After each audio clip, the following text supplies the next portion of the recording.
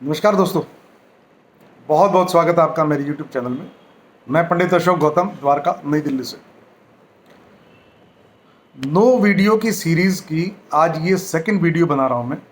पहली वीडियो मैंने बनाई थी सूर्य ग्रह के बारे में। आज हम बात करेंगे चंद्रमा ग्रह के बारे में कि बिना ज्योतिष के, बिना कुंडली के कैसे पता चले कि आपके घर में किसी सदस्य का चंद्रमा कमज़ोर है या किसी बच्चे का कमज़ोर है। उसकी क्या क्या सिम्टम्स हैं, चंद्रमा स्ट्रॉन्ग है तो क्या सिम्टम्स हैं, वीक है तो क्या सिम्टम्स हैं, और उसकी क्या करेक्शंस हैं। इसको ध्यान से सुने और ख़ास तौर से बच्चों में ऑब्जर्व करें कि बच्चों के साथ क्या दिक्कत है। आप बिना कुंडली के जान पाओगे। चंद्रमा के बारे में आप सब जानते हैं कि चंद्रमा बहुत खूबसूरत ग्रह है, हैंडसम प्लैनेट है। जब भी सुंदरता का नाम आता है तो लोग चंद्रमा से कंपेयर करते हैं, किसी की ब्यूटी को, किसी के चेहरे के ग्लो को। दुनिया भर की कविताएं, पोइट्री, फिल्में चंद्रमा को लेकर के गाने लिखे गए हैं। बहुत खूबसूरत प्लैनेट है चंद्रमा, हमें दिखता भी है, खूबसूरत है। पूर्णिमा के दिन फुल मून देखते हैं, बहुत सुंदर लगता है। अर्थ के नियरेस्ट है, बहुत नज़दीक है अर्थ के चंद्रमा, और अर्थ की ये एक सैटेलाइट है। हम तो ज्योतिष, वैदिक ज्योतिष तो मानता है कि ये ग्रह है, पर नासा वाले बोलते हैं कि ये अर्थ की एक नेचुरल सैटेलाइट है जो अर्थ के चारों तरफ घूमती है। सबसे छोटा और सबसे फास्ट प्लैनेट है सोलर सिस्टम में, वैदिक सोलर सिस्टम की बात कर रहा हूँ, 9 ग्रहों के अंदर। साइज छोटा है और एक राशि में सिर्फ 2.5 दिन ठहरता है। बाकी प्लैनेट कोई महीने ठहरता है, कोई 2 महीने ठहरते हैं, कोई 1 साल ठहरता है, कोई 1.5 साल ठहरता है। शनि 2.5 साल ठहरता है, प्लूटो 24 साल ठहरता है एक राशि में, पर चंद्रमा सिर्फ 2.5 दिन ठहरता है।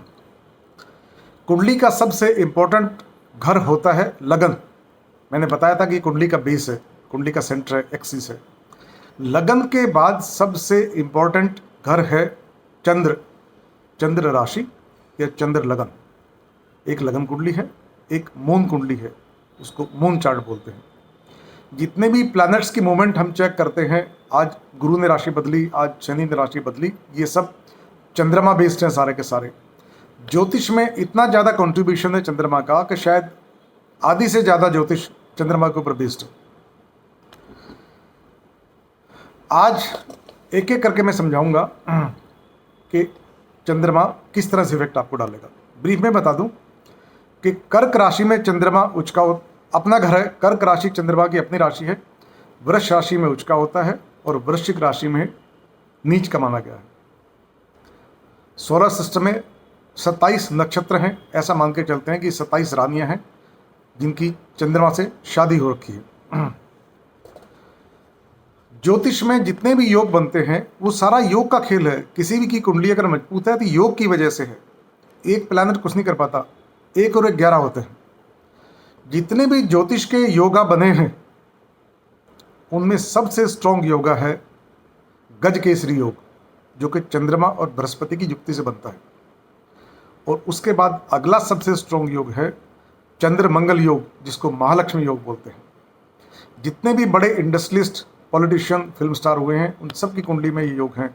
बिना राजयोग के आप जिंदगी में ऊंचा पहुंच ही नहीं सकते, आप राइज कर ही नहीं सकते। अपने फील्ड में अगर टॉप पे पहुंचना है तो अच्छे योग होना आपकी कुंडली में बहुत ज़रूरी है। हमारे current prime minister Shri Narendra Modi की कुंडली में गज केसरी योग भी है और महालक्ष्मी योग भी है। गज केसरी योग ने उन्हें प्रधानमंत्री बना दिया और महालक्ष्मी योग का वो अपने लिए तो इस्तेमाल नहीं कर सकते, लेकिन देश के लिए, इकोनॉमिकली देश को आने वाले 3-4 साल में बहुत साउंड कर देंगे। किसी भी देश के प्रधानमंत्री पे बहुत डिपेंड करता है कि उसकी कुंडली कैसी है। उसकी कुंडली ठीक है तो कंट्री की ऑटोमेटिकली ठीक हो जाएगी। गौतम अडानी की कुंडली में गज केसरी योग बना हुआ है। लक्ष्मी मित्तल जी की कुंडली में, जो कि इंग्लैंड बेस्ड बहुत बड़े इंडस्ट्रियलिस्ट है, उनकी कुंडली में है। बिल गेट्स की कुंडली में महालक्ष्मी योग है, तभी वो दुनिया के रिचेस्ट लोग हैं। और अमिताभ बच्चन जी की कुंडली में गज केसरी योग बना हुआ है। मून रिप्रेजेंट करता है वाटर को। धरती पे आपको पता है 70% वाटर है। ह्यूमन बॉडी के अंदर भी 70% फ्लूइड है, जिसको वाटर ही कह सकता हूँ मैं। ये मून कंट्रोल करता है। जितनी भी पानी से कनेक्टेड धरती पे डिस्टर्बेंसेस आती हैं, चाहे वो ज्वार भाटा है, चाहे सुनामी है, चाहे टोर्नेडो है, चाहे वो साइक्लोन है, वो सब चंद्रमा की वजह से आती हैं। इवन अर्थक्वेक जो आते हैं वो चंद्रमा की वजह से आते हैं। जब भी अर्थक्वेक धरती पे आते हैं वो नॉर्मली अमावस्या या पूर्णिमा के आगे पीछे आते हैं, 4 दिन प्लस माइनस, क्योंकि उन दिनों में अर्थ का ग्रेविटेशनल पुल बहुत ज़्यादा होता है because of the positioning of the moon. यही कारण है कि अर्थक्वेक अमावस्या और पूर्णिमा के आसपास में आते हैं। मदर को रिप्रेजेंट करता है, फीमेल सेक्स को रिप्रेजेंट करता है, ब्यूटी को रिप्रेजेंट करता है, पानी को तो रिप्रेजेंट करता ही करता है, इमोशंस को रिप्रेजेंट करता है। अगर किसी का मून स्ट्रॉन्ग है तो वो आदमी इमोशनली बहुत स्ट्रॉन्ग होगा, इमोशनल इंटेलिजेंस उसके अंदर बहुत ज़्यादा होगी। आइज़ को रिप्रेजेंट करता है, कोई आदमी या लड़की बहुत सुंदर है तो उसकी आंखें बहुत सुंदर होंगी अगर उसका चंद्रमा ठीक है तो। कफ कोल्ड जो हमें होता है चंद्रमा की वजह से होता है, और जो मेमोरी हमारी है उसका कारक भी चंद्रमा ही है। अगर किसी कुंडली में चंद्रमा बहुत स्ट्रॉन्ग है तो उसकी इंडिकेशन मैं बता रहा हूँ। प्लीजिंग पर्सनैलिटी होगी, बहुत हैंडसम होगा, अगर आदमी होगा तो बहुत हैंडसम होगा, अगर लड़की होगी तो बहुत ब्यूटीफुल होगी। उसकी आंखें बहुत अट्रैक्टिव होंगी, उसके चेहरे पे तेज होगा, फेस पे ग्लो होगा, हमेशा हंसता रहेगा, मुस्कुराता रहेगा, इमोशनली बहुत स्टेबल होगा, हैप्पीनेस क्वोशेंट बहुत ऊपर होगा, दिमाग में बहुत क्लैरिटी होगी, उस आदमी की मेमोरी बहुत शार्प होगी, उसको नींद बहुत अच्छी आएगी, प्रोस्पेरिटी बहुत अच्छी रहेगी उसके साथ। और अगर कोई बच्चा चंचल है तो समझ लो कि उसका चंद्रमा स्ट्रॉन्ग है। एनर्जी लेवल किसी बच्चे में बहुत ज़्यादा है तो समझ लो चंद्रमा बहुत स्ट्रॉन्ग है। डिसीजन मेकिंग किसी की बहुत स्ट्रॉन्ग है, समझ लो चंद्रमा स्ट्रॉन्ग है। अब मैं आता हूँ कि अगर चंद्रमा कमज़ोर है तो उसके क्या क्या सिम्टम्स हैं। चंद्रमा कमज़ोर 2 तरह से होता है, एक तो प्लेसमेंट से, और गलती से चंद्रमा राहु केतु और शनि के साथ बैठ गया तो चंद्रमा और ज़्यादा कमज़ोर हो जाता है। वो आदमी इमोशनली अनस्टेबल होगा, बात करते करते रो पड़ेगा, आंखों में आंसू इमीडिएटली आ जाते हैं। ये इमोशनली अनस्टेबिलिटी की निशानी है, समझो चंद्रमा कमज़ोर है।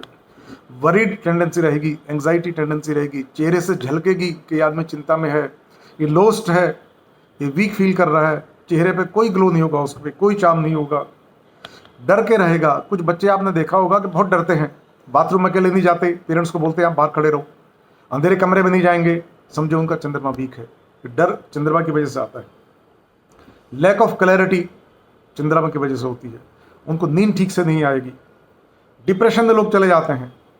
कुछ बच्चों का फोकस्ड मिसिंग होता है, रिटेंशन पुअर होती है, मेमोरी पुअर होती है, समझो उनका चंद्रमा कमजोर है। एजुकेशन में बहुत बड़ा रोल है, अगर किसी बच्चे की एजुकेशन कंप्लीट नहीं होती, बार बार फेल होता है, तो समझो उसका चंद्रमा वीक है।